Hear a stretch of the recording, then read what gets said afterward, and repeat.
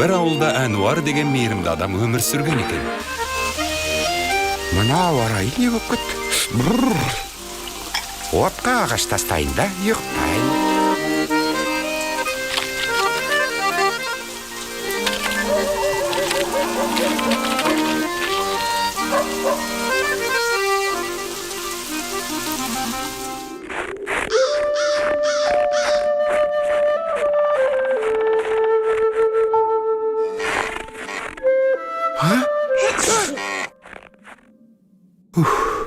Аю екен десем. Әй, Гүзел, бұл жерде неге адасып жүрсің? Байқұс жануар-ай, жүр кеттік. Ой. Тез бас аяғында қасқырлар жақындап қалған сияқты.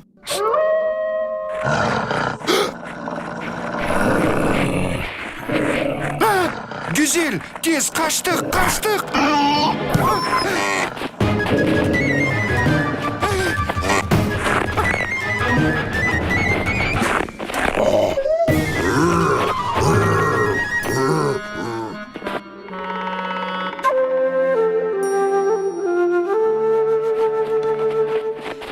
Болды, енді tez-ақ жөніңе келесің.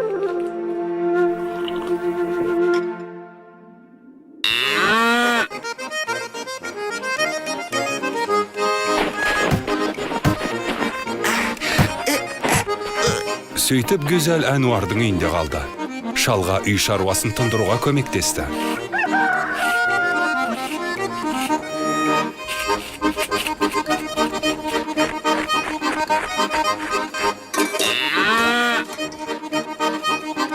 Көршілердің бәрі осындай көмекшінің барына қайран қалды.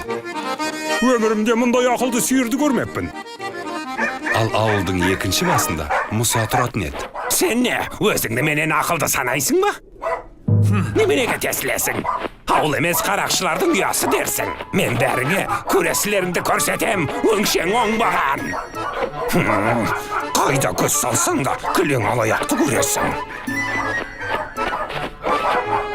Өй! Мұнау менің сиырым ғой. Мұса, не болды?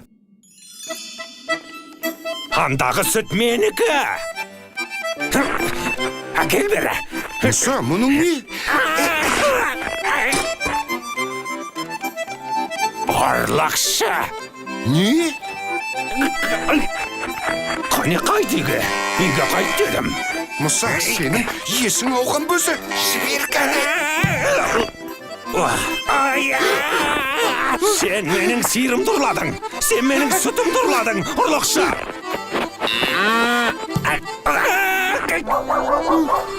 Аттан! Қараңдар, көмектесіңдер. Әнуар менің сиырымды ұрлап алыпты. Ұрлықшы, қарақшы. Сөйтіп Әнуарды ауыл төрешісі құрметті ақсақалы өзіне шақырады.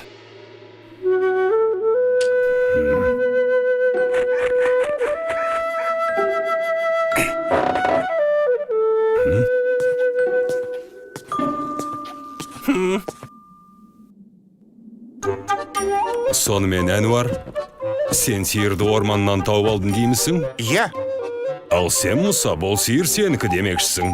Әрине менікі. Әнуар оны ұрлап алыпты. Мен оны ұрлағам жоқ. Орманнан тауып алдым. Оны ұрламақшы болған сен. Міне, қараңдар. Мынау менің таңбам. Яғни сиыр да менікі деген сөз.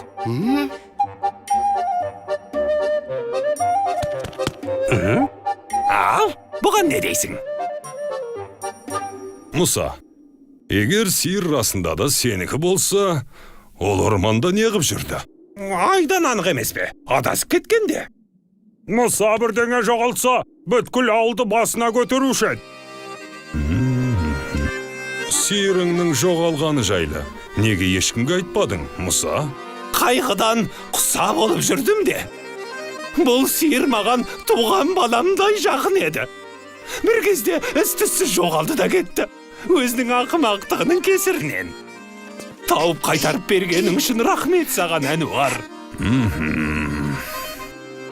Ал мен ендеше басқаша айтты білем, Мұса. Жетер! Тамақсыз өле қоймассың. Жеп жатырсың, бір тамшы сүт бермейсің. Тек шығынға баттым сен үшін. Мыйсыз қомаға илеме. Кет қане, қалаған жеріңе жоғал. Көршілерің, сен ол сиырды қуып жібердің дейді ғой, Мұса. Мен қуғам жоқ. Еркіндік сыйладым. Қартайған шағында қалағанынша өмір сүрсін дегендей. Қақаған қыстың ортасында орманда қатып өлсін деп пең?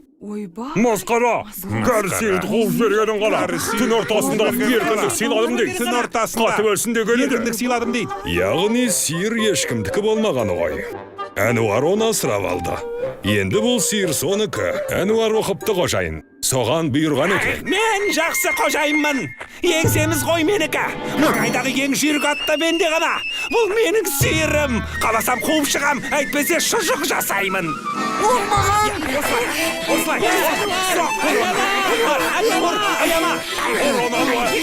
Тоқтатыңдар. Қане доғарыңдар. Тоқтат! Сиыр ең жайлы қожайынға бұйырады. Ертең менің 3 сұрағыма жауап бересіңдер. Сөйтіп қайсың артық екеніңді анықтаймыз. Кімнің үздік екені онсыз да белгілі. Опасыздар, қарақшылар.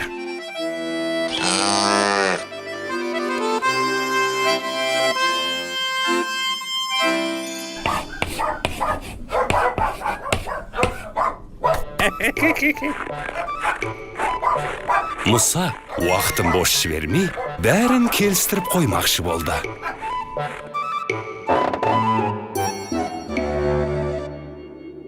Ал егер алмай қойса ше?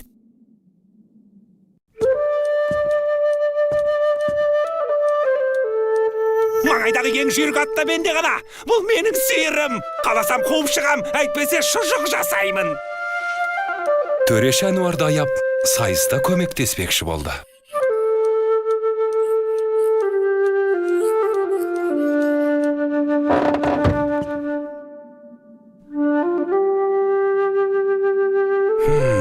Бірақ ол өте әділ адам болатын.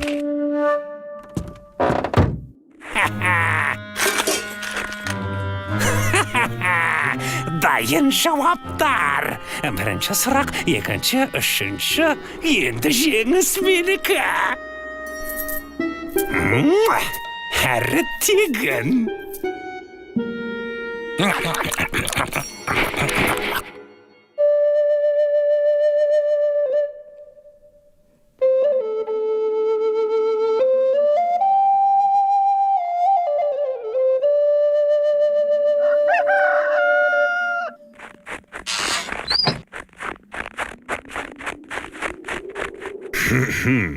Дайынсыңдар ма?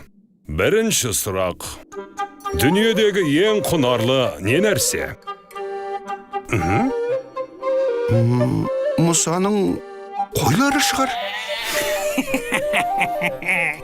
Рахмет, Әнуаржан.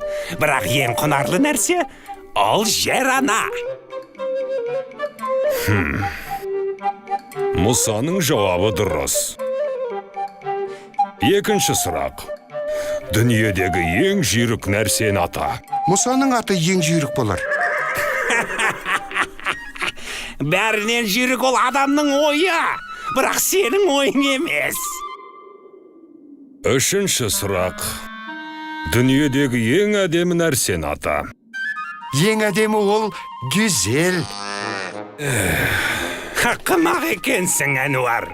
Ең әдемі нәрсе ол адал адамның жан дүниесі. Мына менікі сияқты. Тағы да жеңілдің. Сиыр менікі. Ауылдағы ең ақылды адам менмін. Бірақ мына Әнуар секілді милауды жеңу үшін ақымақ сиырдан сәл ақылды болсаң да жеткілікті. Ал мұны тексеру керек екен. Шынымен Мұса, сен сиырдан ақылды ма екенсің? Дайындалыңдар. Әнуар, Бер кел, маған кел. Эй, Муса, не қып тұрсың? Солға бұрыл. Муса оң жақтың қайда екенін білмей. Оңға бұрыл. Ой, Шимай. Шелекті әкел.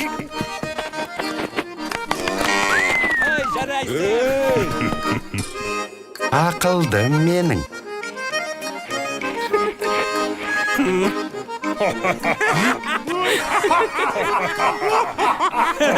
Musa şelekті сыпыртқыдан айыра алмайды екен. Қожайын сиырынан ақымақ болмау керек. Оны өзіңде түсінесің ғой, Мұса. Әнуар, сиыр сенікі. Әнеки. Ал Мұса басқа ауылға көшіп кетті. Себебі ол жердегілер оның сиырдан да ақымақ екенін білмейтін.